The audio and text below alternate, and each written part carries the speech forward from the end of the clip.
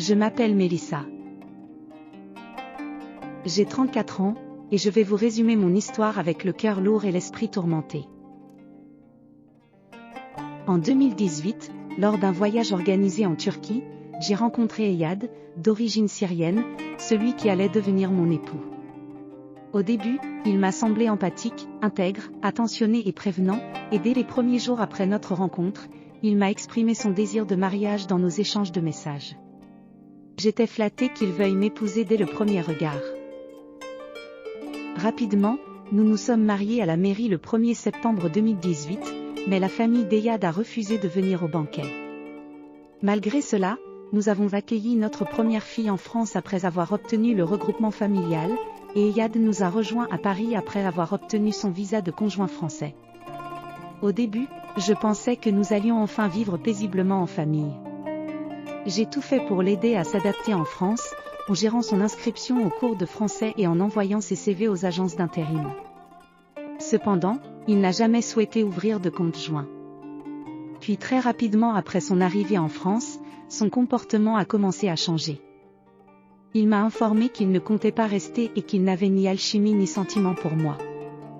J'ai été confrontée à une série de menaces, de chantage affectif, d'insultes et de violences physiques et morales.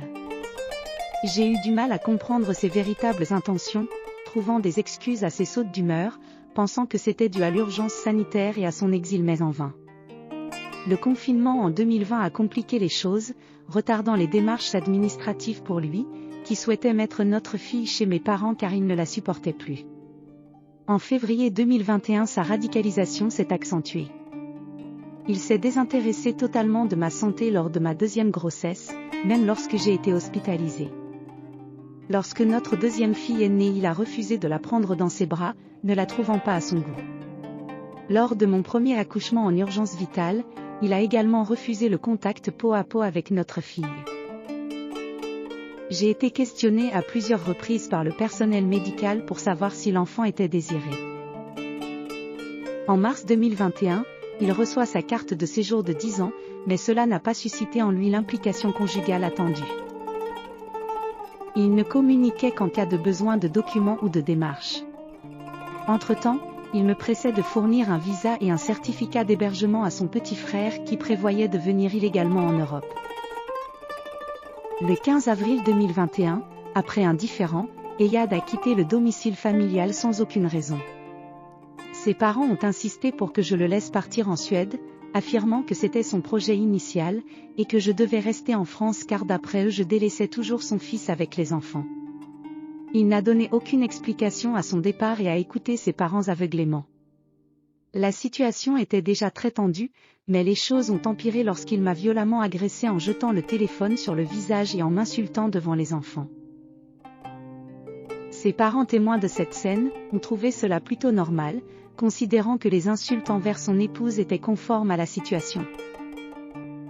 Il a quitté le foyer en récupérant des sacs poubelles de vêtements déjà prêts pour son départ prémédité. Suite à cela, il a totalement rompu le contact et a ignoré la santé de ses enfants pendant 1 an. J'ai découvert qu'une demande de visa pour la Norvège avait été faite à mon insu et sans le moindre scrupule. J'ai rapidement compris que j'avais été utilisée à des fins migratoires. J'ai découvert suite à cet abandon familial qu'il avait contracté un mariage en Angleterre et avait ensuite demandé le divorce avant d'obtenir sa carte de résidence britannique. Il avait également essayé de reprendre contact avec son ex-femme sous différents faux profils alors qu'il était toujours marié avec moi. Toutes ces preuves m'ont poussé à porter plainte contre lui pour fraude au mariage et à la paternité migratoire. J'ai entamé une annulation de mariage avec l'aide d'un avocat compétent, et parallèlement je suis soutenue par l'association Droit au but, qui accompagne les victimes d'unions frauduleuses à but migratoire dans leur combat. Il y a à peine quelques mois, Eyad a eu une obligation de quitter le territoire français, mais il continue de travailler légalement en CDI, comme s'il n'était pas du tout concerné par cette mesure d'éloignement. Aujourd'hui, mon cœur est lourd, et je me bats pour que justice soit rendue et que mes filles puissent grandir entourées d'un amour sincère et véritable. Je souhaite que cette histoire serve de leçon pour toutes les victimes de fraudes similaires et que nous puissions obtenir réparation pour les blessures infligées.